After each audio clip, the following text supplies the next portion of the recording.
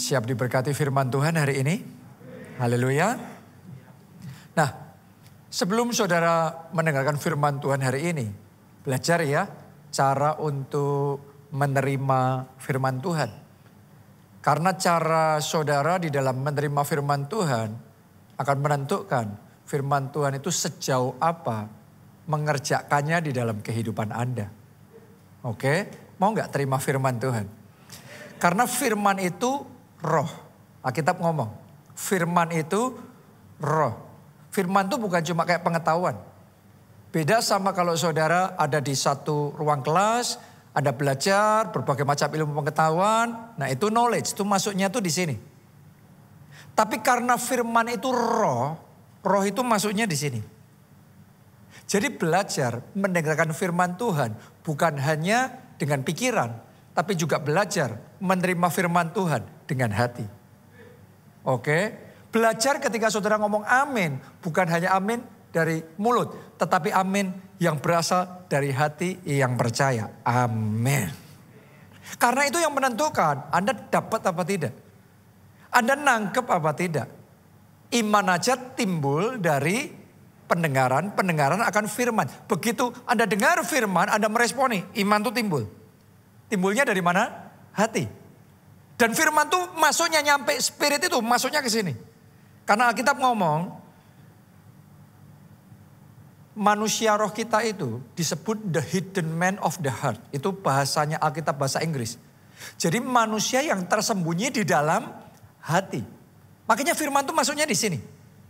Alkitab ngomong barang siapa percaya di dalam hati dan mengaku dengan mulutnya, ia diselamatkan. Balik lagi bukan cuma mengaku dengan mulut. Tapi dimulai dari percaya di dalam hati. Mengaku dengan mulut maka ia diselamatkan. Jadi ketika kita menerima sesuatu kita harus ngerti porsinya apa kita terima. Supaya bisa kita terima. Kalau saya mau air ini masuk di tubuh saya. Bisa nggak saya masukin air ini di tubuh saya dengan cara berpikir? Ayo masuk. Berpikir di otak saya. Bisa nggak saya terima ini? Nggak bisa. Saya harus pakai mulut saya. Supaya air ini bisa masuk. Sama halnya pengajaran juga sama. Di saat yang sama khotbah ini sampaikan ada pengajarannya, ada teachingnya. Dan Anda harus pahami dengan pikiran. Tapi kalau Anda mau mengalami kuasa Tuhan, Anda mau mengalami favor kebaikan Tuhan diimpartasikan dalam hidup saudara. Terimanya dengan hati yang percaya. Terimanya dengan hati yang meresponi. Itu yang akan mendatangkan kuasa Tuhan bekerja dalam hidup saudara. Oke, Anda siap terima firman Tuhan hari ini? Firman Tuhan hari ini melanjutkan minggu lalu yaitu outstanding favor. Oke, favor itu bicara kasih Tuhan, kebaikan Tuhan, kemurahan Tuhan yang outstanding. Yang luar biasa dan yang saya mau bagikan hari ini buat kita semua judulnya adalah surprise by favor. Bukan hanya kebaikan Tuhan itu kita alami, tapi saking ajaibnya itu mengejutkan kita, mengagetkan kita karena sungguh-sungguh ajaib. Mari kita baca di dalam Yeremia 33, kita mulai ayat yang ke-6. Sesungguhnya aku akan mendatangkan kepada mereka kesehatan dan kesembuhan. Coba dari ayat ini ya, Anda rasakan. Settingnya saudara, coba ya, dengerin firman. Anda baca ayat ini tadi cuma di sini atau sudah mulai dari sini? Karena itu akan menentukan nanti Anda dapatnya apa tidak. Karena banyak orang cuma baca, aku akan mendatangkan kepada mereka kesehatan dan kesembuhan lewat. Nggak nangkap apa-apa. Karena itu banyak orang nggak bisa ngalami kuasa Tuhan. Kenapa? Imannya itu hanya iman intelektual. Iman intelektual itu belum akan menarik kuasa. Iman yang timbul dalam hati yang narik itu kuasa Allah bekerja. Karena itu saya berdoa firman yang kita baca ini. Itu Anda alami secara pribadi dalam hidup saudara.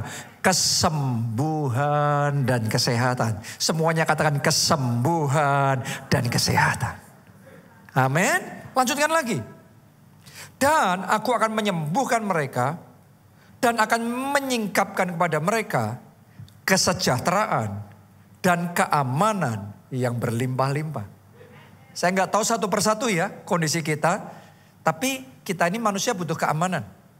Keamanan secara fisik tentunya, tapi keamanan juga secara emosional, keamanan secara legal, keamanan secara finansial, keamanan masa depan.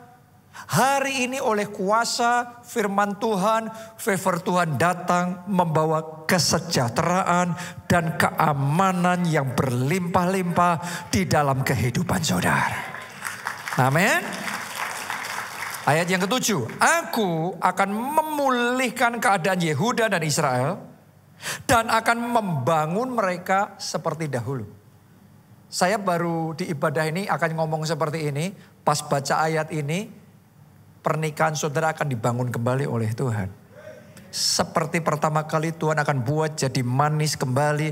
Tuhan akan buat menjadi indah kembali. Air itu akan dirubah menjadi anggur kembali. Apa yang sempat hilang di dalam keluargamu, Tuhan pulihkan. Kita kasih tepuk tangan buat kasih Tuhan yang luar biasa mencurahkan favor-Nya atas kehidupan kita. Ayat yang ke-8. Aku akan mentahirkan mereka dari segala kesalahan yang mereka lakukan dengan berdosa terhadap aku.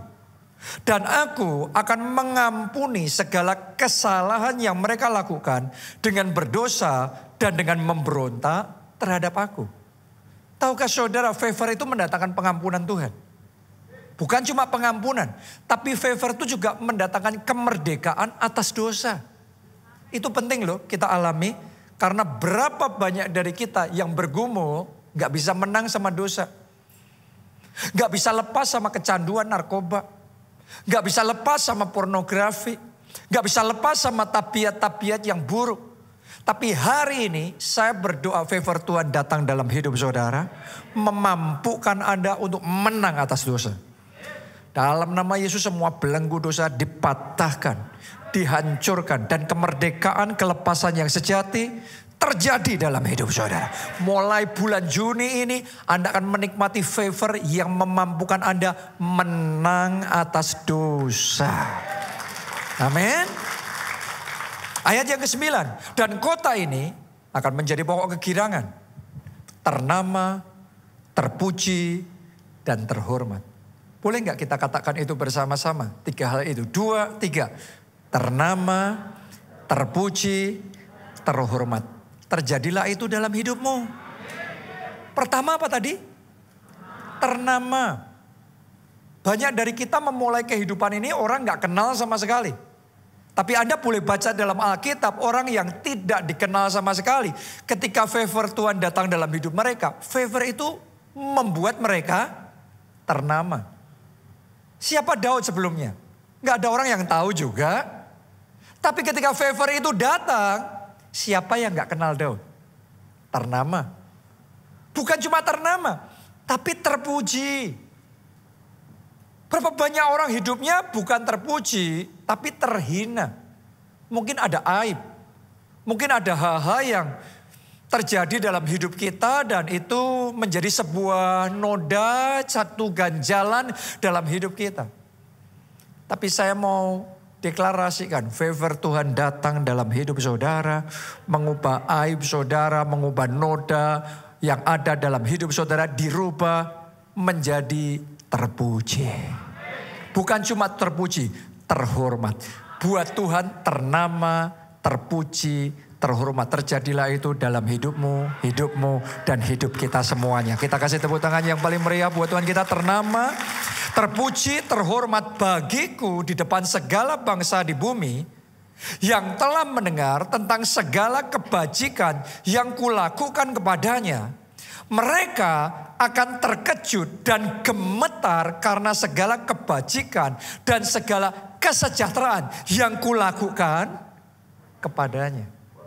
Saking besarnya, saking masifnya apa yang Tuhan kerjakan. Sampai orang terkejut dan gemetar. Apa yang Tuhan akan buat dalam hidup saudara akan membuat orang banyak terkejut dan gemetar karena dahsyat yang Dia mau buat di dalam kehidupan saudara. Katakan amin sekali lagi, tepuk tangannya yang paling meriah buat Tuhan kita. Saya doa ya, yang ada dalam hatimu, amennya yang mantap. Saya paling seneng khotbah di ibadah jam 6 ini, karena selalu ada yang amin. Amin. Loh, saudara harus ngerti, itu powernya besar. Karena itu bicara dari hati, amin. Amin. Anda nggak harus sampai teriak amin gitu. Nggak harus sampai serak kan. Tapi Anda mesti harus, sesuatu harus heartfelt. Heartfelt itu kayak kerasa gregetnya di hati ini. Itu karena manusia roh. Manusia jasmani juga sama. Anda kalau manusia jasmani, olahraga cuma jalan biasa. Sama olahraga Anda benar-benar intens. Beda nggak keringetannya?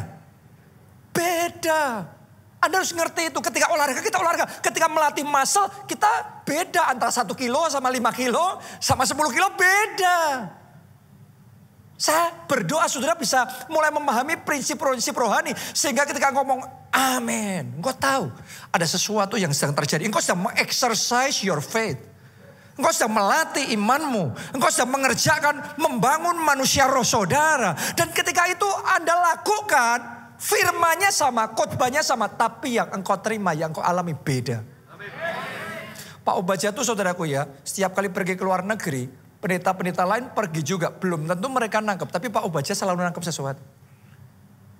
Ketika kita pergi ke satu tempat, kita pulang, tiba-tiba kita ngalami lawatan Tuhan luar biasa. Kenapa? Karena tidak semua orang yang datang dan belajar bisa nangkep.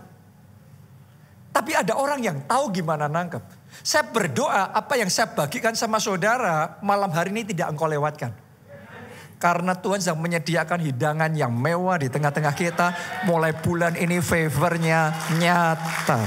Favornya dimanifestasikan. Favornya terjadi, tercurah di dalam kehidupan saudara. Haleluya. Itu harus kerasa. Jadi tadi ingat baik-baik. Ada manusia roh, ada manusia jasmani. Anda cuma olahraga, rebahan juga bisa. Ya sudah rebahan aja. Tapi beda sama olahraga yang intens. Anda beda.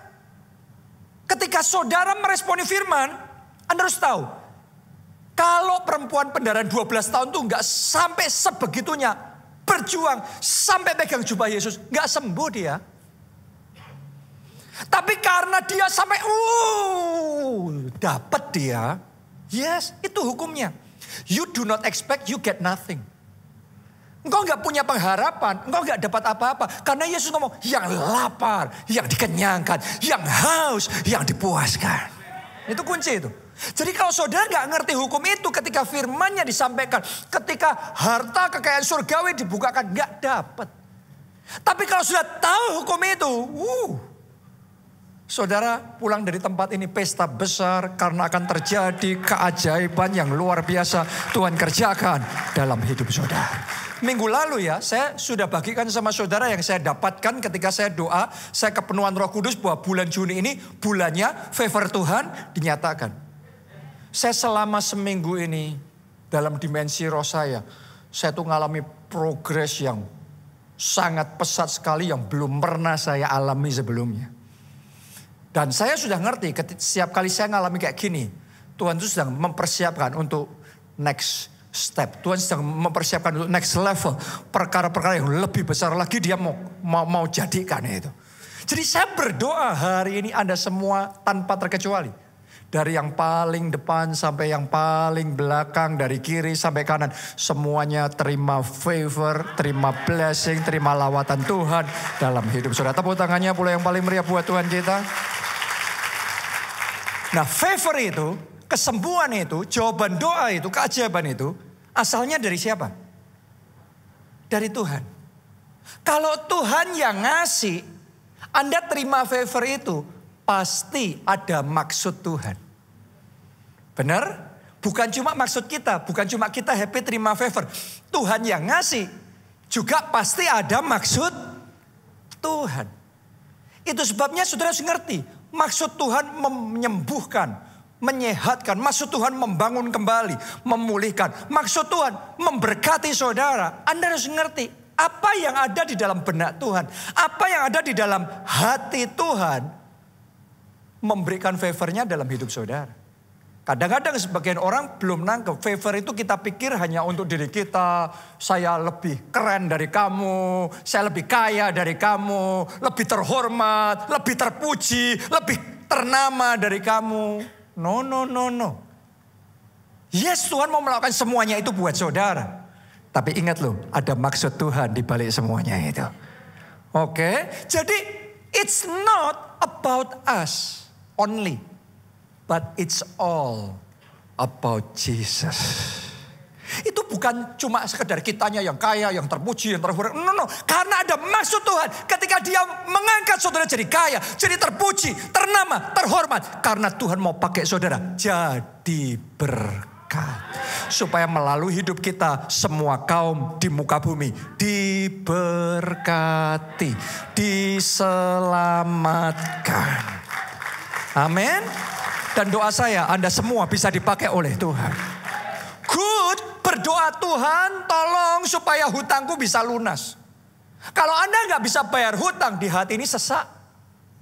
Engkau harus berurusan dengan debt collector, di hati ini berat. Dan Tuhan mau loh dengar doa saudara dan memberikan kelepasan kepada saudara. Tapi kebayang nggak saudara, buat Tuhan, buat Bapak Surgawi itu. Kalau ada anaknya yang doanya gini, bukan cuma aku Tuhan, pakai aku juga. Supaya melalui hidupku, orang lain juga lunas hutangnya. Oke? Saya ngomong begini ini gak cuma ngomong loh, saya jalanin kehidupan yang kayak gitu. Puji Tuhan, Anda bisa bayar kontrakan rumah atau saudara bisa beli rumah. Anda tinggal di situ dengan layak bersama dengan keluarga saudara sendiri. Dan Anda mengucap syukur sama Tuhan, itu mujizat yang besar. Tapi itu akan jadi mujizat lebih besar ketika melalui hidupmu orang lain juga punya tempat tinggal yang layak, punya rumah yang layak. Dan buat saudara Anda gak perlu takut rugi. Karena itu saya alami dalam hidup saya. Kalau saya bisa nolong orang punya tempat tinggal, betapa lebih besarnya berkat Tuhan dalam hidup saya. Favornya dilipat gandakan, ditambah-tambahkan, dilimpah-limpahkan. Yang utama, nangkep hatinya Tuhan. Jemaat keluarga Allah, tangkaplah hati Tuhan. Sadarilah maksud ilahi Tuhan di dalam hidup saudara. Puji Tuhan, keluargamu dipulihkan, pernikahanmu dipulihkan. Tapi ingat, Tuhan juga mau pakai saudara untuk memulihkan keluarga-keluarga, memulihkan pernikahan-pernikahan yang lain. Kalau Anda ngerti isi hatinya Tuhan, nanti doamu akan berubah. Dan responnya Tuhan akan berubah. Lihat ya, kita dalam interaksi sama manusia aja. Kadang-kadang kalau kita belum dong, belum nangkap, belum kebuka. Kita caranya salah, nanti akhirnya sama ini bermasalah, itu bermasalah. Sama semua orang bermasalah, kita pikir semuanya jahat semua. Sampai kita tiba-tiba terbuka, oh aku salah ya caraku. Terus kita berubah. Kitanya sama, semua orangnya sama. Tiba-tiba sama ini baik, ini baik, itu baik. Understanding kita tuh mempengaruhi kehidupan kita. Saudara doanya sama-sama Tuhan, tapi dengan understanding dan pengertian yang beda. Favor yang dia curahkan dalam hidupmu, yang dia nyatakan beda. Hari ini tangkap isi hati Tuhan. Yang saya bagikan sama saudara ini teologi kerajaan Allah. Apa itu? Kadang-kadang kalau di internet kan lebih banyak yang ngomong tentang teologi kemakmuran. Prosperity gospel. Hari ini saya bagikan aja sekalian supaya kita nggak bingung, supaya kita bisa nangkep dengan lebih jelas. Teologi kemakmuran adalah pengajaran yang intinya penekanannya cuma sukses, sukses, sukses, kaya, kaya, kaya, diberkati, diberkati, diberkati. Nggak ada ngajar tentang berani pikul salib, pertobatan, berani menderita buat Yesus. Nggak ada yang gitu-gitu. Pokok intinya kaya, kaya, kaya, sukses, sukses, sukses, diberkati, diberkati, diberkati. Mari saya bacakan satu ayat buat kita semua ya. Di 1 Korintus 15 ayat yang ke-19. Jikalau kita hanya dalam hidup ini saja. Jadi kehidupan ini kan bukan cuma hidup ini saja ya. Ada kehidupan yang akan datang. Tapi Alkitab mau kalau kita hanya dalam hidup ini saja, urusan kehidupan kita di dunia ini saja, menaruh pengharapan pada Kristus, maka kita adalah orang-orang yang paling malang dari segala manusia. Sadarilah saudaraku, pengharapan dalam Kristus bukan cuma urusan dunia. Dunia itu cuma sekecil ini aja buat Tuhan. Yang Tuhan sediakan buat kita jauh lebih besar. Di kekekalan jauh lebih besar. Karena itu ketika ikut Yesus, jangan hanya urusan di dunia ini saja. Lebih dari itu, carilah terlebih dahulu kerajaan Allah dan kebenarannya. Amin. Cari Tuhan dulu. Cari kekekalan terlebih dahulu. Itu yang lebih utama, bukan berarti Tuhan menentang saudara untuk sukses di dunia. Bukan berarti Tuhan gak suka saudara kaya, diberkati. No, saya bahkan berdoa semua jemaat keluarga Allah, semuanya sukses, semuanya diurapi, semuanya berhasil, semuanya berprestasi. Katakan amin. Tepuk tangannya yang paling meriah buat Tuhan kita. Tapi lebih daripada Anda sukses di bumi, Anda lebih sukses di surga. Jadi ini orang-orang yang diberkati di bumi dan di surga. Nah itu yang harusnya gitu tuh. Bukan cuma di bumi saja. Karena kalau kita salah, doktrinnya nggak balance, kita berpikir yang sukses itu yang beriman, yang kaya itu yang rohani. No. Ya, Anda harus ngerti semuanya harus ditempatkan dengan benar firman Tuhan. Nah itu satu ekstrim yang seringkali ada di dalam kekristenan. Disebut teologi kemakmuran atau prosperity gospel. Tapi kadang-kadang kekristenan ini juga menarik ya. Bukan kekristenan ya. Manusia itu psikologinya menarik saudaraku. Kalau nggak ekstrim sini, ekstrim situ. Benar apa tidak? Kalau nggak ekstrim kanan, ekstrim kiri. Ada teologi kemakmuran. Ada juga yang saya sebut teologi kemiskinan.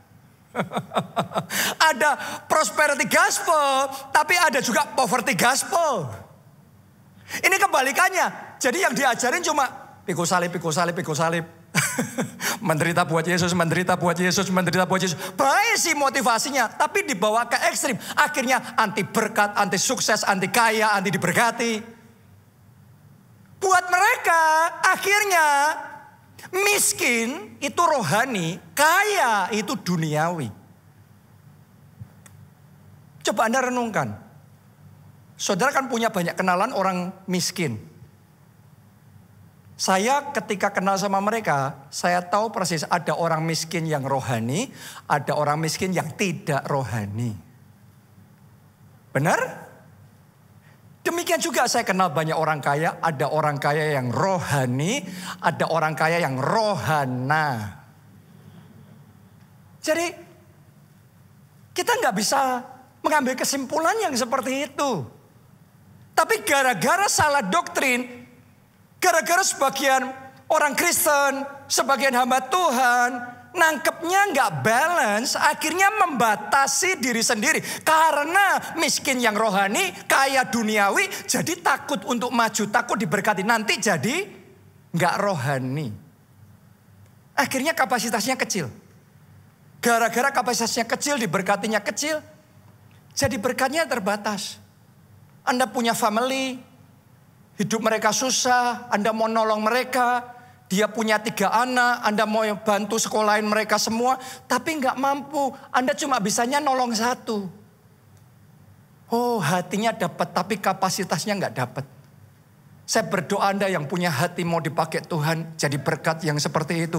Kapasitasmu diperbesar oleh Tuhan. Engkau diberkatinya berlipat kali ganda.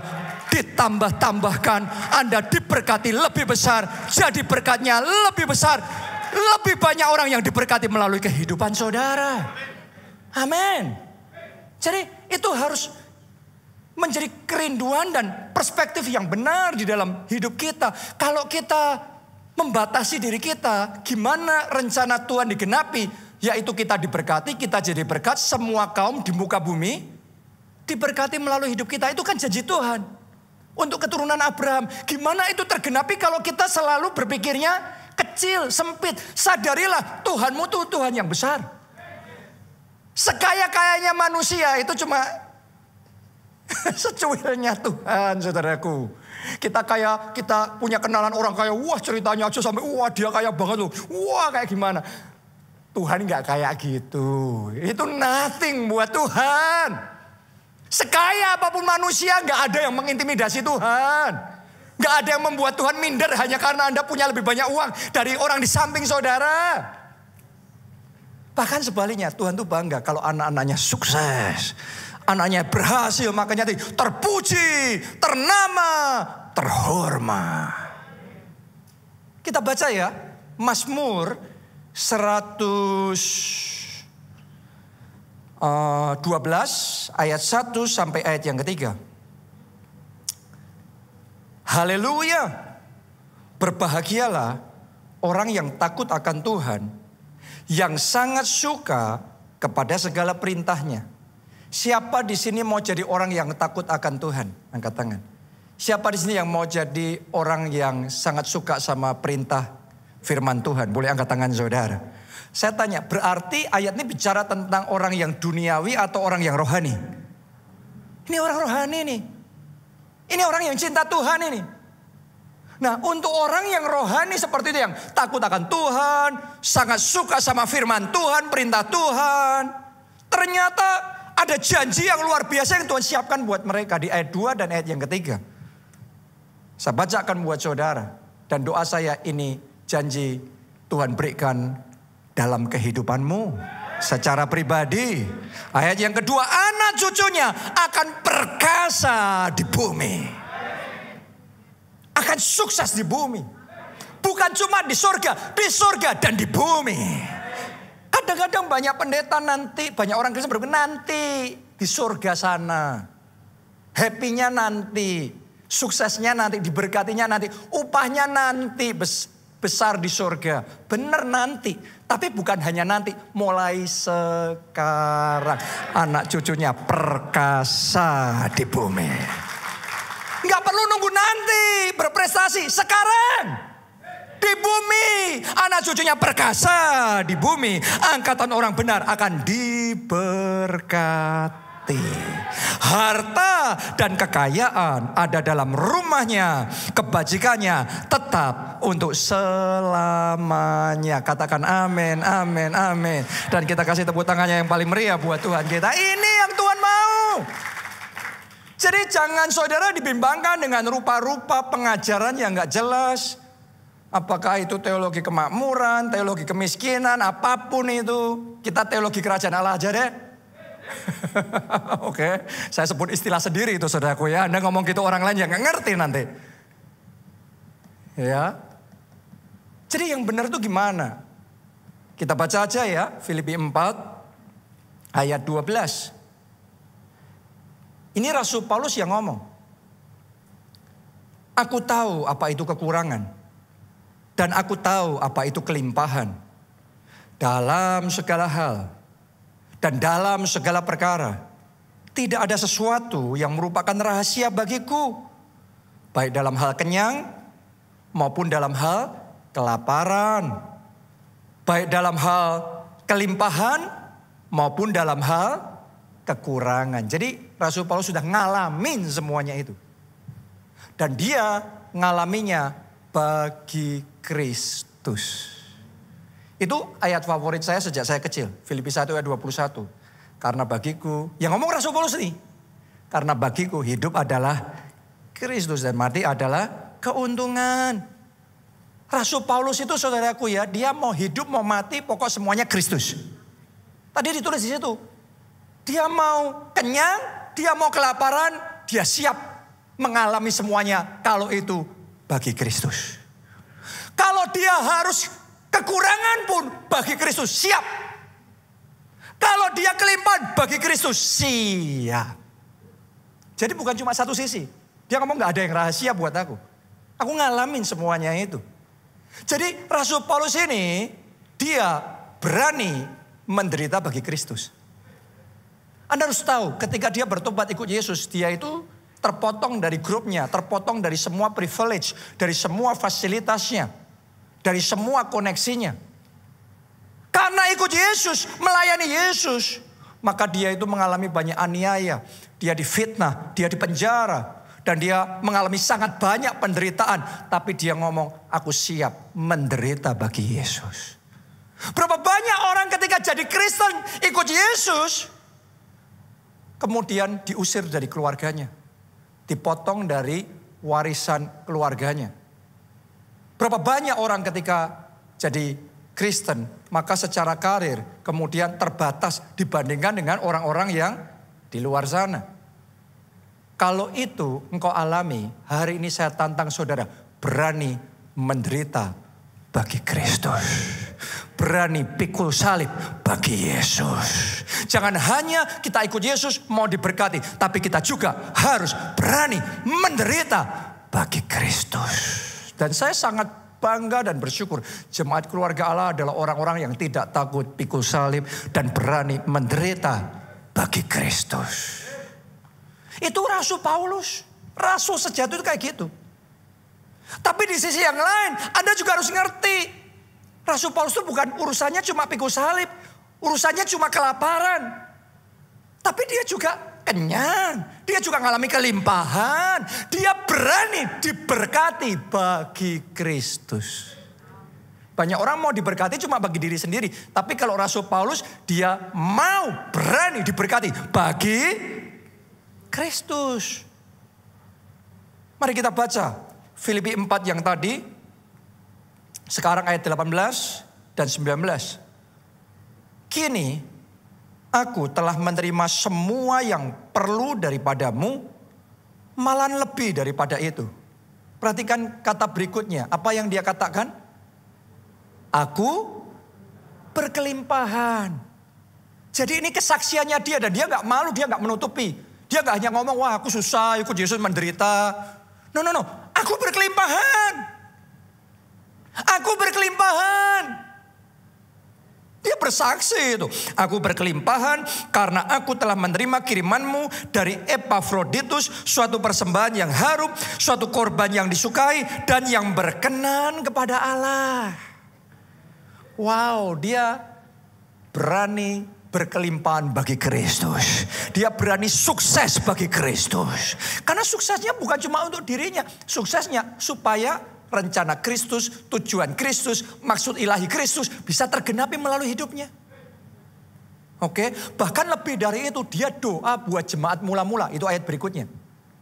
Saya juga mau pakai ayat berikutnya ini. Menjadi doa saya buat saudara semua yang ada di tempat ini. Anda siap menerima doa ini? Amin. Ini yang diperkatakan Rasul Paulus. Allahku akan memenuhi segala keperluanmu.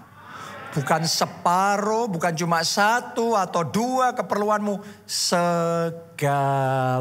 Hari ini Allahmu akan memenuhi segala keperluanmu. Amin.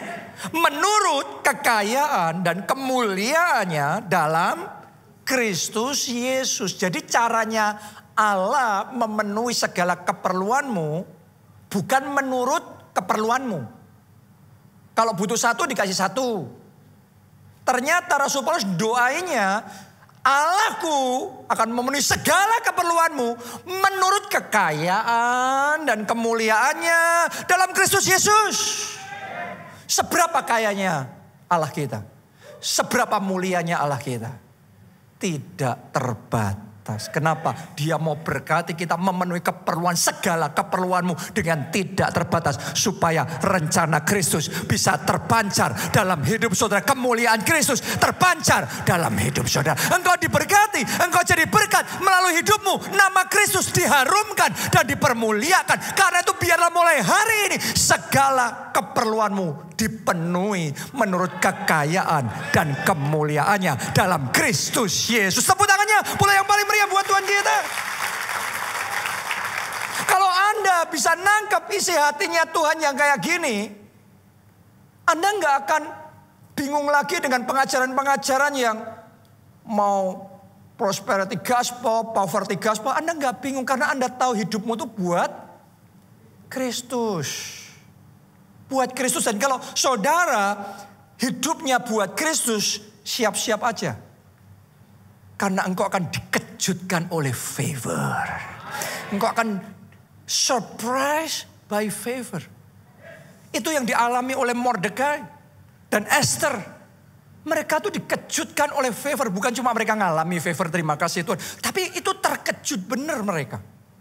Minggu lalu saya sudah bagikan itu sama saudara. Dan saya mau ajak saudara baca ayat yang minggu lalu sudah kita baca. Tapi doa saya, kita baca ayat yang sama. Roh Kudus berikan pewahyuan yang segar kepada kita.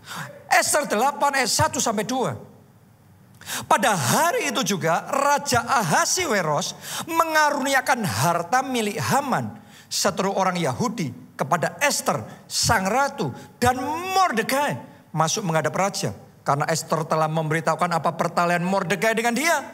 Maka raja mencabut cincin meterai yang diambil daripada Haman, lalu diserahkannya kepada Mordekai, dan Mordekai diangkat oleh Ester menjadi kuasa atas harta milik Haman. Coba Anda renungkan apa yang terjadi pada waktu itu. Raja Ahasiweros, dia raja yang paling powerful dan berkuasa pada zamannya. Itu ada 127 daerah. Dari Asia sampai benua Afrika. Jadi, a very powerful man.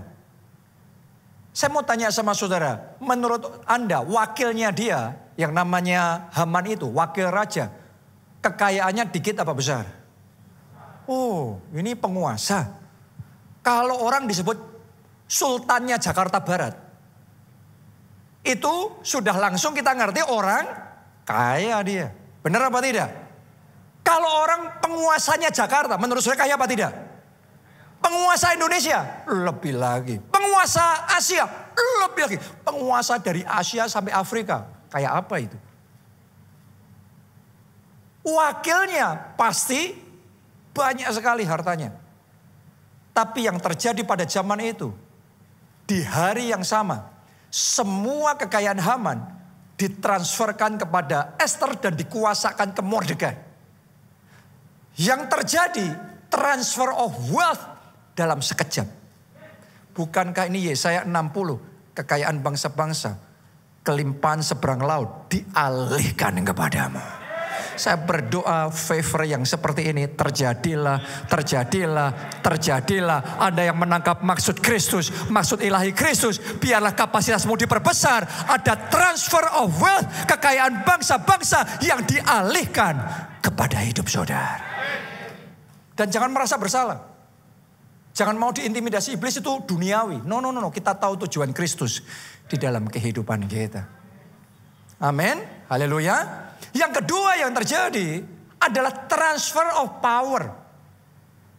Karena dicatat cincin meterainya Haman dicabut, dipindah kepada Mordekai. Saya sudah jelaskan minggu lalu itu bukan cincin hiasan. Tapi itu cincinnya wakil raja. Orang yang dikenakan cincin itu sama dengan halnya dia diangkat, punya otoritas sebagai wakil raja. Dalam sekejap, Mordekai yang tadinya nobody ini langsung rose to power. Dia dari posisi bawah langsung naik ke atas. Mentok langsung orang kedua setelah raja. Bukankah ini mengulangi hal yang sama yang terjadi dalam kehidupan Yusuf? Paginya bangun masih budak, malamnya tidur Perdana Menteri Mesir. Ternyata dialami Mordekai juga. Terjadi juga. Kenapa? Karena yang mengerjakan sama. Yang mengirimkan favor yang sama.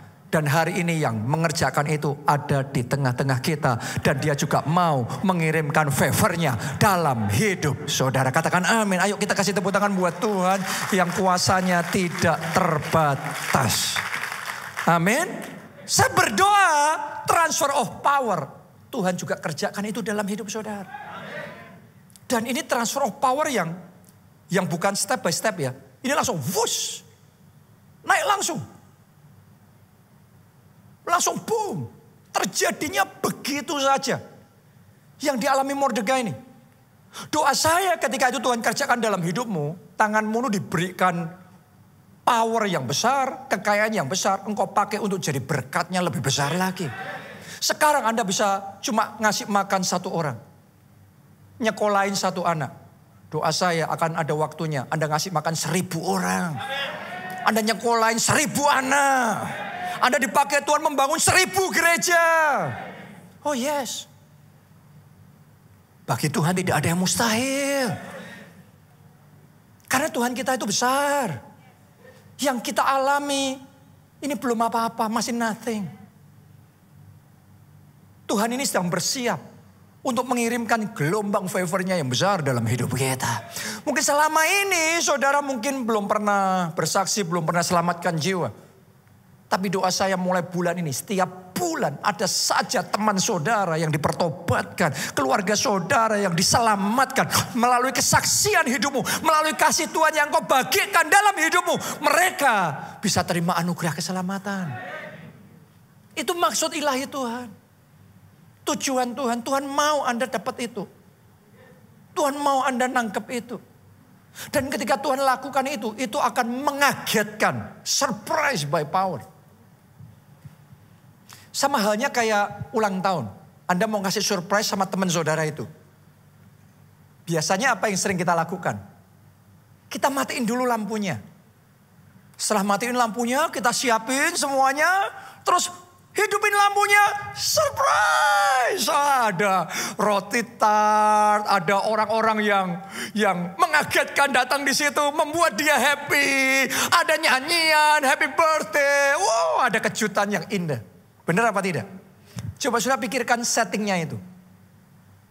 Itu yang saya yakin Tuhan mau kerjakan 2023. Karena orang-orang dari akhir tahun lalu sudah ngomong bahwa 2023 ini tahun yang gelap, gelap, gelap. Tiap hari beritanya kan kayak gitu kan. Waktu itu gelap, gelap, gelap. Secara manusia, secara dunia memang mungkin ini tahun yang gelap. Tapi yang saya percaya buat Anda yang ada di tempat ini. Di tengah kegelapan Tuhan sedang menyiapkan surprise. Yaitu favor-Nya yang mengejutkan dan mengagetkan hidup saudara. Tiba-tiba saja sakit penyakitmu disembuhkan. Tiba-tiba saja pernikahanmu dipulihkan. Tiba-tiba saja seisi keluargamu dipertobatkan dan diselamatkan. Tiba-tiba saja jawaban doa yang engkau nantikan bertahun-tahun Tuhan berikan. Tiba-tiba saja mujizat-mujizat terjadi. Tiba-tiba saja pintu-pintu terbuka dan berkat tercurah sampai berkelimpahan. Katakan amin. Tepuk tangannya yang paling meriah buat Tuhan kita. Haleluya. Cara Tuhan itu ajaib. Mengejutkan. Dan ketika dia sudah sampai di titik itu, yang saya perhatikan seringkali, Tuhan itu mengerjakannya begitu saja, cepat sekali. Seperti Mordekai tadi, nggak pakai naik satu jabatan, jabatan berikutnya, nggak pakai meniti karir. Dalam kasusnya Mordekai itu langsung mentok ke atas. Anda renungkan itu. Tuhan juga bisa lakukan itu dalam hidup saudara loh. Yaitu percepatan rohani. Dalam hidup kita memang ada masanya kita itu diizinkan mengalami masa proses Tuhan. Nah kalau Anda dalam masa ini ya Anda taat aja, Anda ngikuti Tuhan aja. Sabar ya, tekun. Tapi jangan lupa itu bukan seterusnya kayak gitu. Akan ada momen dalam hidup kita tuh ditentukan dan dipilih dan diurapi oleh Tuhan untuk jadi momen percepatan rohani. Ketika engkau sampai di momen itu, saudara jangan pikir apa yang engkau alami tahun-tahun kemarin itu sama. No. Itu dalam sekali gebrak saja. Anda bisa dibuat langsung mentok sama Tuhan. Dalam sekali gebrak saja. Tiba-tiba Anda akan menikmati keajaiban yang sangat mengagumkan. Apa yang tidak engkau pikirkan dan bayangkan. Dia buat itu dalam hidupmu. Pernahkah Anda dengar kisah pohon bambu Cina? Kisah pohon bambu Cina ini saudaraku. Dari usia 0 sampai 5 tahun. Selama 5 tahun pertumbuhannya tuh pelan banget. Hanya mencapai beberapa puluh sentimeter. Beberapa puluh sentimeter 5 tahun. Tapi ternyata di dalam itu akarnya terus. Kenapa? Dia sedang mempersiapkan untuk sesuatu yang Tuhan sudah pilih dan Tuhan sudah tentukan. Yaitu tahun kelima, itu tahun percepatan. Kenapa? Karena begitu sampai di tahun kelima, akarnya sudah harus siap semua, fondasi harus sudah siap semua. Di tahun yang kelima, pohon bambu Cina yang sama ini tiba-tiba akan bertumbuh cepat sekali. Dari tadinya beberapa puluh sentimeter, langsung dalam setahun itu jadi beberapa puluh meter. Itu momen percepatan. Kadang manusia itu ngitungnya kalau selama 5 tahun kita jalannya pelan-pelan begini, maka di tahun ini juga paling ya kayak gitu lagi. Jangan mikir gitu. Karena Tuhan kita itu Tuhan yang sudah menentukan dan mengurapi waktu tertentu. Itu jadi momen percepatan rohani dalam hidup kita. Dan doa saya this year 2023 dalam hidupmu dan banyak orang di tempat ini, saya berdoa biarlah ini jadi tahunnya percepatan rohani Tuhan kerjakan dalam hidup saudara. Anda percaya? Ayo kita bangkit berdiri, kita datang di hadapan Tuhan, kita mau naikkan lagu ini, pertolonganku datang darimu Tuhan. Dan pengharapanku hanya padamu. Pertolonganku datang darimu, pengharapanku hanya padamu. Ku tak akan goyah, ku tak akan gentar, sebab Kau gunung batuku. Mari bersama katakan, pertolonganku datang darimu. Kita angkat dua tangan kita. Katakan, Tuhan, pengharapanku hanya padamu. Ku tak akan goyah, ku tak akan gentar, sebab Kau gunung batuku. Kota Ben sekali lagi. Pertolonganku datang darimu, pengharapanku hanya padamu. Amin.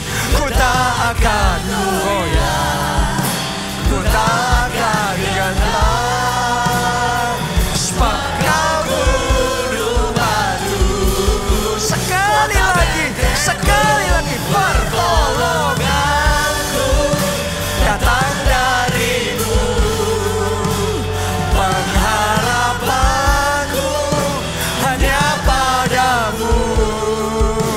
Ku tak akan goyah, ku tak akan gentar, sebab Kau gunung batuku, kota benteng keselamatanku. Kalau saudara mau mengalami favor kebaikan Tuhan, sadarilah sumbernya itu Tuhan sendiri. Jadi kalau kita mau dapat itu, ngalami itu, terhubunglah dengan sumbernya. Kalau Anda nggak terhubung, terpisah dari sumbernya, Anda nggak dapat. Karena alirannya nggak bisa nyampe. Ada colokan listrik, tapi kalau kabelnya nggak dicolokin, ya listriknya nggak mengalir. Harus terhubung, baru listrik itu mengalir. Karena itu hari ini saya mau ajak saudara yang belum pernah terima Yesus sebagai Tuhan dan Juru Selamat. Ayo buka hati saudara, undang dia masuk.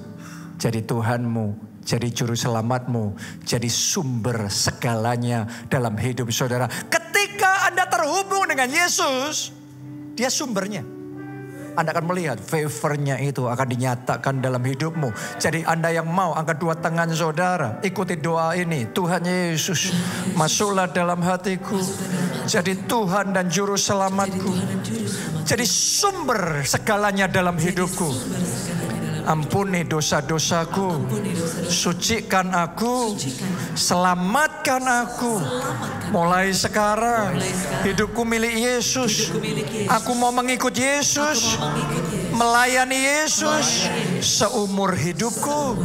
Terima kasih Tuhan. Yang kedua saudaraku, saat ini saya mau berdoa. Siapa di sini yang mau menangkap isi hatinya Tuhan? Maksud ilahinya Tuhan. Karena kalau Tuhan kasih favor, pasti ada maksud dari Tuhan. Oke, bukan, it's not about us. Bukan cuma tentang kita, pokok kita yang kaya, kita terpuji kita. Ya oke, Tuhan suka juga saudara diberkati, Anda ditolong. Anda sukses itu membanggakan Tuhan. Tapi kalau cuma berhenti sampai di situ, terbatas sekali. Rencana Tuhan itu jauh lebih besar. Yaitu kita diberkati, kita jadi berkat. Bukan untuk 2 orang, 3 orang diberkati. Tapi sampai semua kaum di muka bumi diberkati oleh kita. Anak-anak Tuhan, keturunan Abraham, orang-orang yang percaya. Mereka terima berkat melalui hidup kita. Siapa di sini yang mau dipakai jadi saluran berkatnya Tuhan? Mari angkat 2 tangan saudara dan katakan, pakai aku ya Tuhan. Berkati aku. Pakai aku. Jadi berkat. Sebanyak mungkin orang diberkati, dikuatkan, ditolong, diselamatkan melalui hidupku. Pakai aku Tuhan. Mari angkat suara masing-masing berdoa sama Tuhan. Aku mau Tuhan, pakai hidupku ini, menguatkan yang lemah, memberi pengharapan yang tidak punya pengharapan.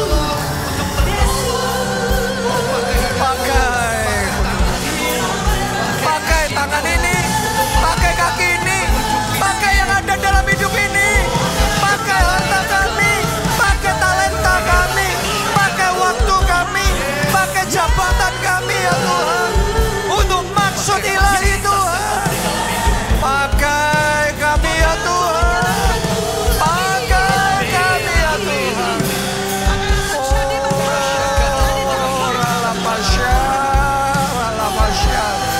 Jesus, penuhi kami dengan hati-Mu Tuhan. Penuhi kami dengan hati-Mu ya Tuhan. Penuhi kami dengan hati-Mu ya Tuhan. Biar kami menangkap isi hati-Mu ya Tuhan. Penuhi kami dengan hati-Mu ya Tuhan. Haleluya. Haleluya. Yang terakhir, saya mau berdoa dan saya mau perkatakan favor ini atas hidup saudara. Dan saya berdoa Anda bisa menangkap apa yang akan saya perkatakan ini. Karena itu, tangkap itu dengan hati, oke? Tangkap itu dengan roh. Dan tangkap itu dengan kesungguhan. Seperti kayak perempuan pendarahan 12 tahun yang berjuang, terima. Aku harus terima itu. Karena yang lapar dia yang dikenyangkan, yang haus dia yang dipuaskan. Anda yang mau mengalami favor dari Tuhan, mari angkat 2 tangan saudara. Yang bisa berdoa bahasa roh, angkat suara saudara, berdoa dalam bahasa roh dan kobarkan spirit saudara. Yang belum saudara berdoa dalam bahasa Indonesia, katakan, curahkan favor-Mu dalam hidupku ya Tuhan.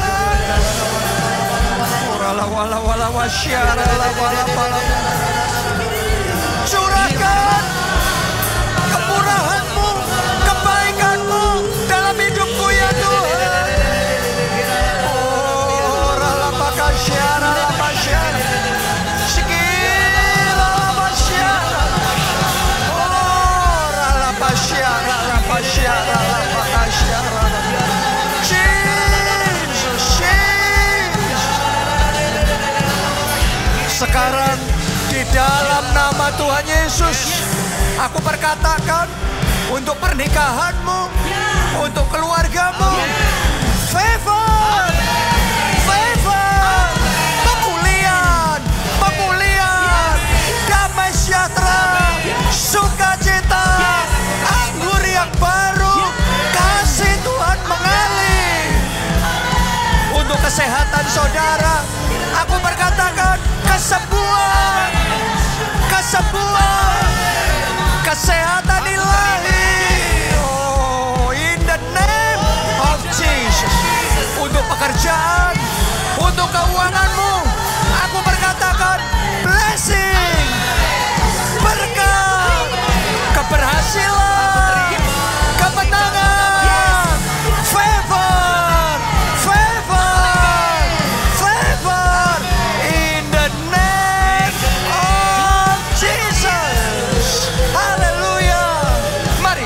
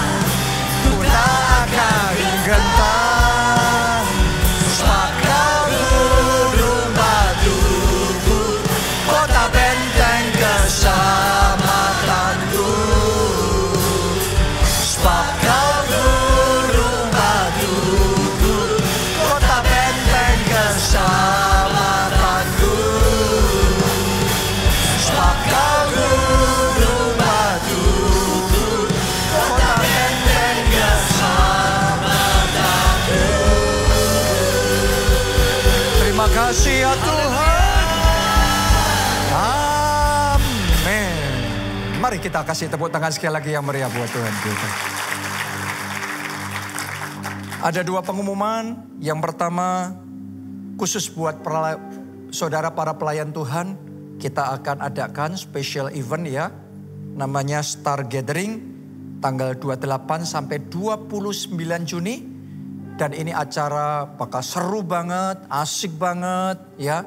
Karena itu Anda tidak mau melewatkan acara ini, cepat daftarkan diri saudara. Besok paling akhir pendaftarannya setahu saya ya. Jadi selesai ibadah, daftarkan diri saudara. Yang kedua, hari ini saya mau umumkan pertama kalinya, kita akan adakan tur perjalanan rohani ke Nigeria. Haleluya saudaraku. Kenapa kok ke Nigeria? Karena kita mau mengunjungi gereja terbesar di dunia. Ya kalau Anda membayangkan ya, tempat ini itu kira-kira luasannya yang di main hall-nya aja itu hampir 1000 meter persegi.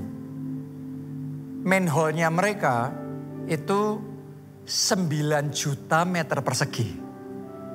Jadi Anda bisa bayangkan 9.000 kalinya ini. Kalau KKR 17 juta orang yang hadir. Hitam semua saudaraku. Oke, giginya putih sih ya. Tapi itu luar biasa. Itu orang-orang yang mengasihi Tuhan, cinta Tuhan. On fire luar biasa. Kalau di sini, ini panggung ini nggak sampai semeter ya tingginya dari lantai. Kalau di sana panggungnya lantai 2. Sampai segitunya. Jadi ini memang powerful, masif sekali. Dan saya lupa persisnya. Ini kalau saya berangkat, kemungkinan kalau nggak ke-5, itu ke-6 kalinya saya ke sana. Padahal orang tanya sama saya, ke Nigeria ngapain? Saya mikir juga ngapain juga ya. Yang dekat aja Singapura saya sudah berapa tahun nggak ke sana. Ya, tapi ke Nigeria setiap tahun berangkat lagi. Setiap tahun berangkat lagi. Saya, Pastor Nita, Pastor Obaja berangkat lagi. Kalau kita nggak dapat apa-apa, mana mau. Fakta bahwa kita berangkat lagi, berarti kita terima blessing yang besar di situ. Benar nggak? Karena itu saya ingin ajak saudara, Anda yang rindu mengalami lawatan Tuhan dan yang ini Anda nggak bisa ketemu sekarang loh ya, nggak bisa ketemu di negara manapun di dunia selain di situ. Oke, jadi ini istimewa sekali. Kalau Anda mau ikut, tanggalnya 9 sampai 14 Agustus, tapi paling lambat daftarnya 27 Juni.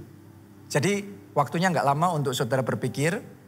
Ini tanggal 11 Juni ya. Anda segera pikirkan yang mau Anda daftarkan diri. Kali ini ada 2 pilihan tiket. Ada yang ekonomi dan juga ada yang premium. Itu bedanya cuma pesawatnya aja. Nanti di sana semuanya sama. Karena ini cuma kita beli tiket, sudah itu aja.